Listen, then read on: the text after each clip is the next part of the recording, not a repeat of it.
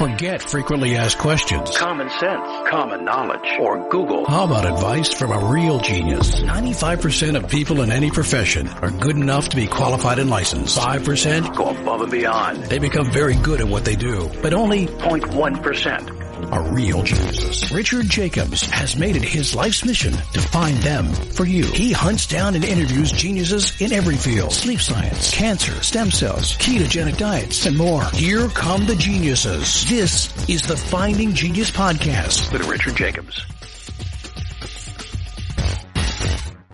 Before we begin, a note from our sponsor. I'm Richard Jacobs, Executive Director of the nonprofit Finding Genius Foundation and host of the Finding Genius Podcast. In late 2016, I was rear-ended at 65 miles an hour by a truck on the highway, which sent me off-road into a ditch. The impact of the collision gave me a concussion and other injuries. At the hospital, a CT scan showed that I had thyroid nodules, which turned out to be cancer. It was then, when I had a biopsy of my neck, that I realized even if I was a millionaire, I wouldn't want a second or a third biopsy due to the pain and the invasiveness of it. And appointments at that time for thyroid experts were 3 to 6 months out. And I was worried about dying now, even if that was irrational. So because of this, I've decided to raise money to conduct a literature review on steroids, on the causes of anxiety and depression, a condition that affects well over 50 million people in the United States and hundreds of millions worldwide. Our goal is to create a codex, a guide that reveals all possible treatments for anxiety and depression for people that live with the condition, or for loved ones that have it, as my wife and my son do. To find out more about our fundraiser, visit findinggeniusfoundation.org and click on current initiatives. And now, to our guest. Hello, this is Richard Jacobs with the Finding Genius Podcast, now part of the Finding Genius Foundation. I have Steve Young. He's the Chief Solutionite of BodySolutions and the Consciousness Tinkerer and the Chief Love Officer of Immortal. So we're going to talk about his work. So Steve, thanks for coming. Oh, super excited to be here and to be able to just chat about all things for benefit of humanity. Yeah. So is there an umbrella brand that you do everything under called Immortal, or how would you describe your current work and what you do? Yeah, few companies, and the main one, or really the way to phrase it is the one that we're using to impact humanity is Immortal. It's the one that where through some of the experiences and data I've collected from the other companies and from treating 9,000 humans in the last 20 years, we started to see patterns that we could put together to basically give humanity their mental and physical sovereignty back to them. And so that's the main focus of Immortal.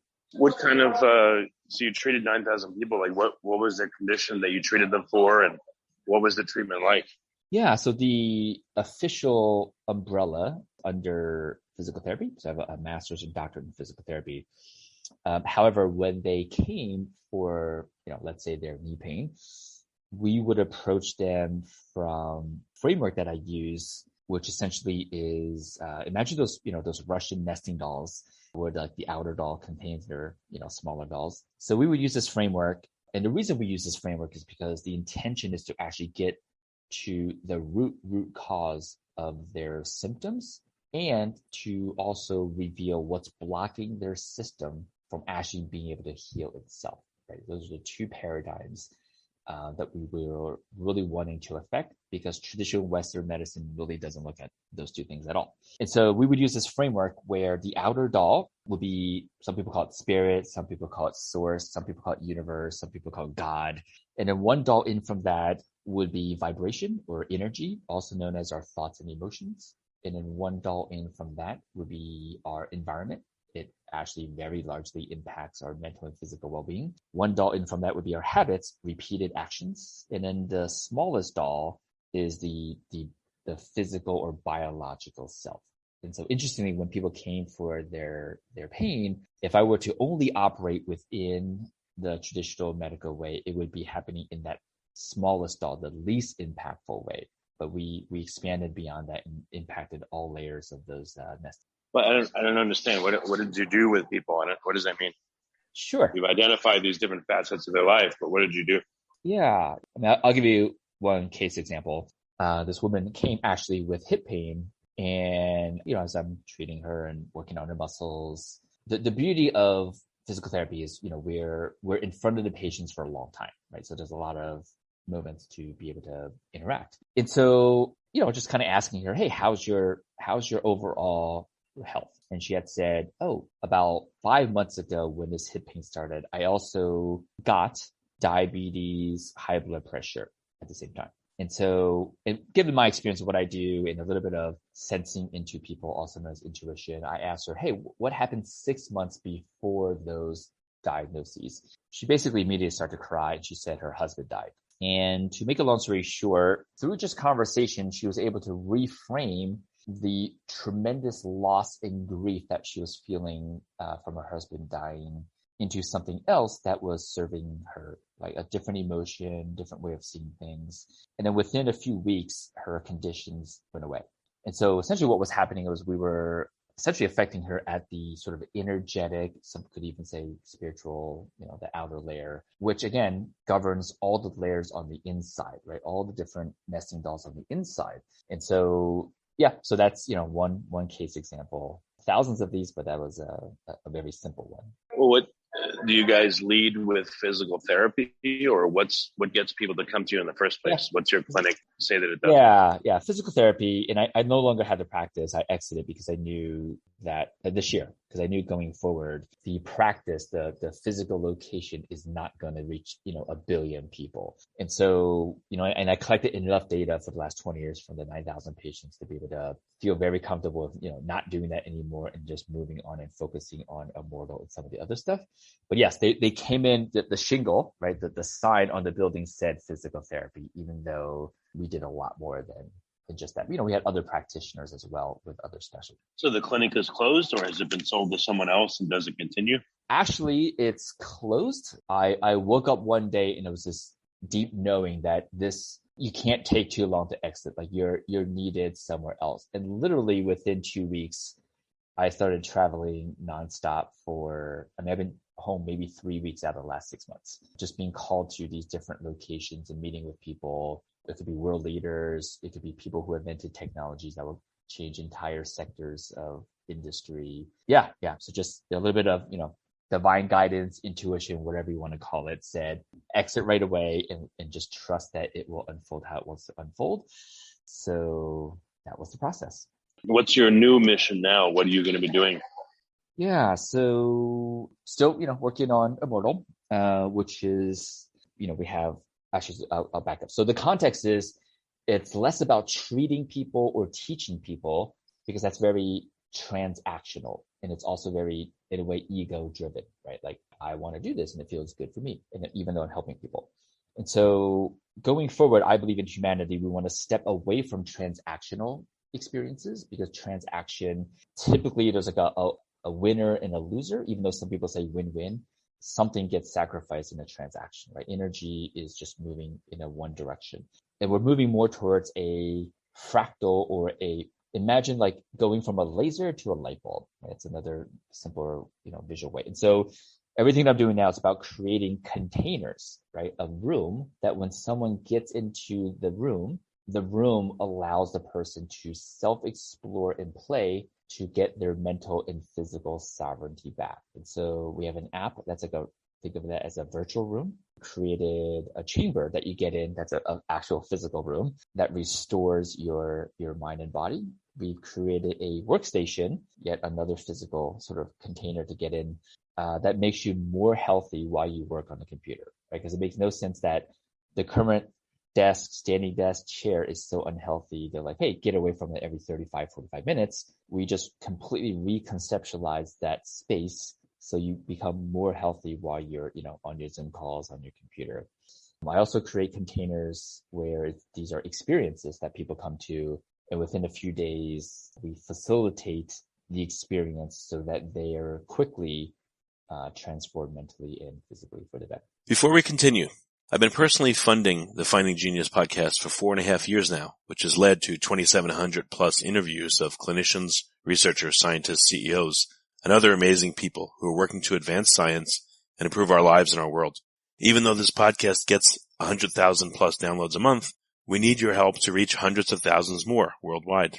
Please visit findinggeniuspodcast.com and click on support us.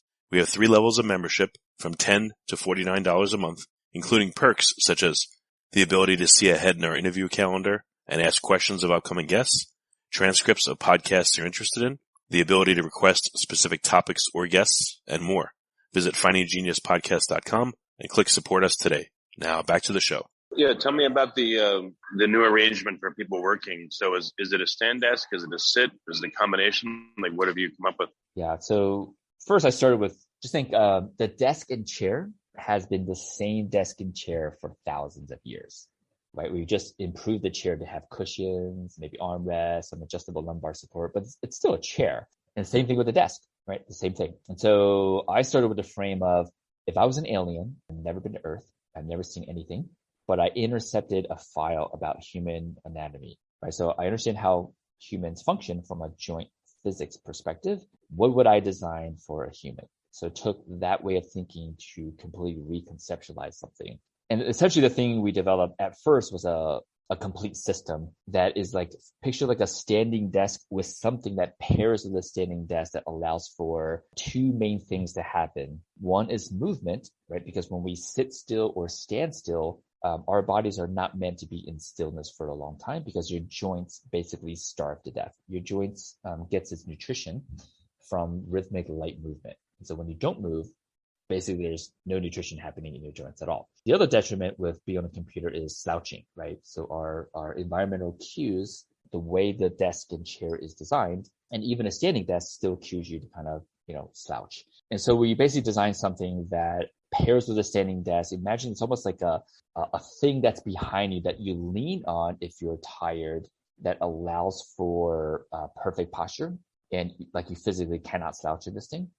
And there are armrests, because another thing with a standing desk is that without the armrest, all the pressure you're trying to take off of your back goes to your neck. And then the platform you're standing on promotes rhythmic movement, not too much, because there's studies showing, for example, people who are using like a treadmill desk, 12% of your consciousness is being used to not fall off the treadmill. That means only 8% of your consciousness can be used to focus on your work. Huh. So we did, very interesting, something that people don't know. Well, actually, quick question here. Has anyone figured out, even sitting in a chair and being uncomfortable, how much of that does it take from your consciousness? It might take a lot more. A lot more. We do have all kinds of data on that, of course, in terms of... Oh, what can you share? So roughly, just give you some staggering numbers, chronic pain from just neck and back costs America roughly $30 billion a year. That comes from loss in productivity, and of course comes from the medical treatments that are, of course, being used to treat this. And in terms of loss in productivity, additional numbers, 80% of Americans within their lifetime experience some type of chronic pain in their neck or their back. And chronic just means it lasts for more than 6 weeks. And if we drill down deeper into that data, the productivity in companies that's anticipated, and there's a wide range of these numbers depending on which study that you look at, that's loss on average is around 20%. These are some staggering numbers if you think about the 20% average loss in productivity over the lifetime of that worker, from basically inactivity, from discomfort, from sitting there for a long period of time. That costs billions and billions and billions of dollars for America. So those are some pretty staggering numbers. If you like this podcast, please click the link in the description to subscribe and review us on iTunes. So what's the cognitive load of the system that you've developed in comparison to 20% or this 12% from a treadmill desk? What's yours look like? Yeah, so luckily there are studies showing that we don't need big movement, right? The other concept people think is, for big change to happen, we need to do big actions. That is a fallacy in logic. Typically, big change happens from tiny things being done consistently. And this shows up in so many areas of life we can go into, but that's the framework. And so the movement that we provide at the bottom, we're talking you're just moving an inch or two. But that inch or two is still movement for your joints, and that's enough to give it circulation. And because you're only moving an inch or two, your mind doesn't, you can't fall off of it, right? The movement is so subtle that your brain doesn't need attention. If we were, standing on a soft surface, let's say, you're not constantly thinking about, am I going to fall off?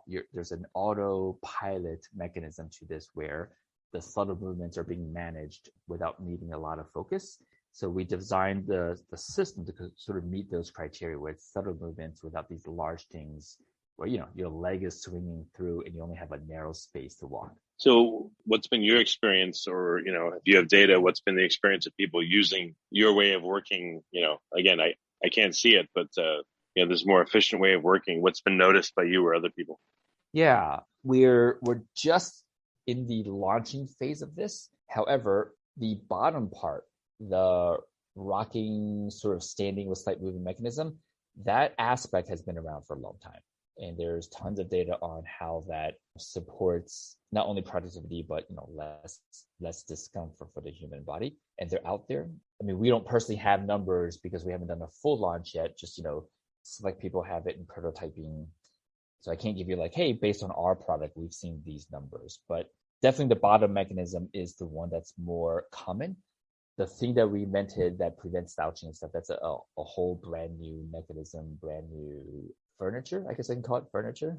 So, okay, what's your goal for this? Is that, companies will use this new method of working at their desks and that'll increase productivity? Like, what's the theoretical improvement, you think? Yeah, for sure. I mean, even if it was just the bottom mechanism, there's already data showing that it improves productivity. That's the no-brainer.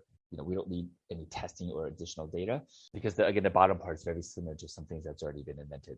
Essentially, to answer your question, really, what's the audience for this? Yep, there's a B2B play where we go to companies and we can say, look, your entire workstation can be revamped.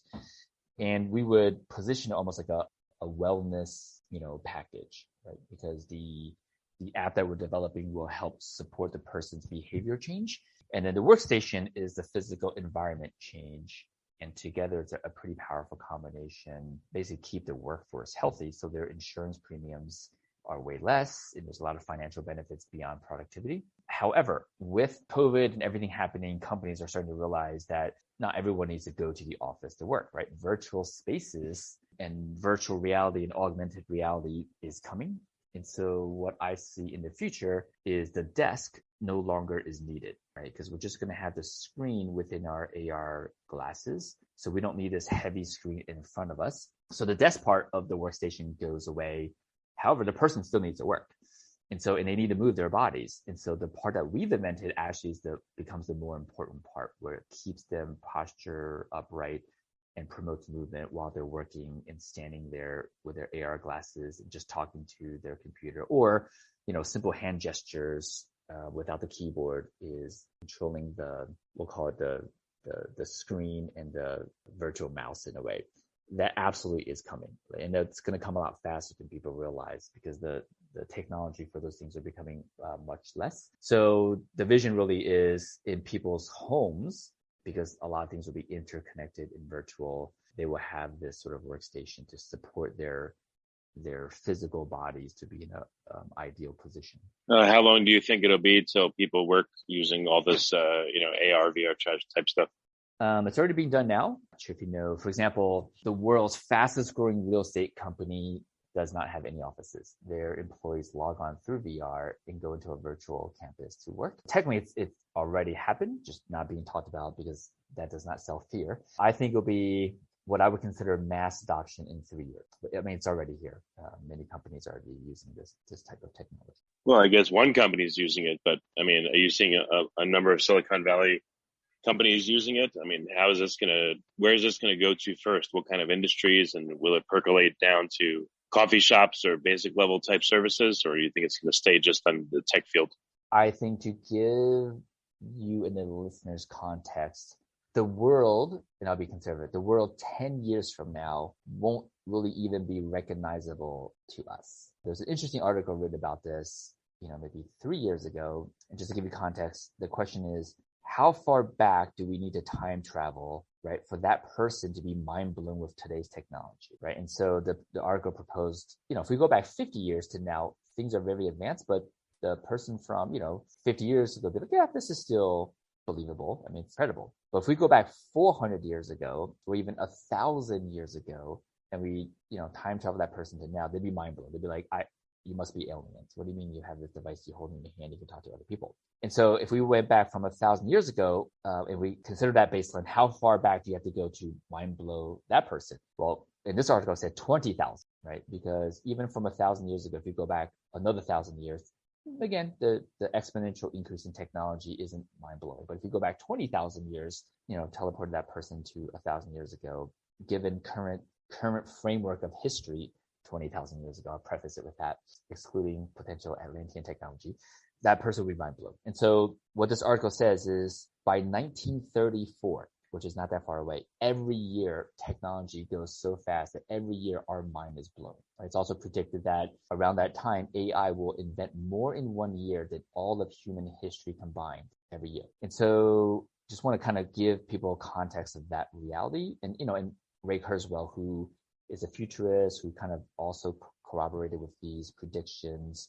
When they've tracked his predictions in the last 40 years, he's 83% correct. So I can say with 83% probability, what was just proposed is reality. And so we're heading towards a time that the masses can't conceptualize just how fast things will change. Just want to give that context. And so if we just look at the price of AR glasses, just in the last 2 years, they've come down 500%, right, in the last 2 years. And keep in mind, technology is exponential. So right now you can get AR glasses for $300. I guarantee you in 3 years when they're like $50, right? Or they'll go with like the printer model. If you notice, printers are dirt cheap. It's like you can get a printer for like $50, but you're paying for the ink. I believe in the future, the AR glasses could be just free because you're paying through your attention through the AR glasses because of the ads, right? Just like Facebook is free because, we're being monetized for our attention. And so humans will be that much more harvested for our attention to profit the big corporation, which would make the wearables and all that stuff much less because they're earning their money through indirect way. So do you want to be positioned more in this like ergonomics space, or where are you trying to position yourself with your companies? Yeah, so the whole framework is different, right? And so the language is going to be different. The old paradigm would be, where can you have your competitive edge and how do you position your company to have that greatest return on investment and profitability and all that stuff? That is the old paradigm that led to the world that we live in now. So the company that we have, along with some other companies that we know friends have started or have, invested in, is a different paradigm, which is there's no such thing as competition. We're at a phase in humanity, unless we all collaborate and harmonize, humans won't do well in the next coming years. And so to answer your question, we are attracting, first we're broadcasting a certain frequency, a certain way to be that is very different than what is currently being broadcasted, right? And then therefore we are also magnetizing other influencers, world leaders, and companies who share this same mindset, also known as same vibration, to all collaborate to create a very different future for humanity, right? Now, the side effect of this, obviously the business needs finances to fund this, but the main intention is that, and less about where's the strategic positioning to help maximize profits and all that. So it's a very different paradigm that is necessary in the next 10 to 12 years. Well, very good. Steve, what's the best way for people to find out more about your companies and, where you're headed? Where can they keep tabs?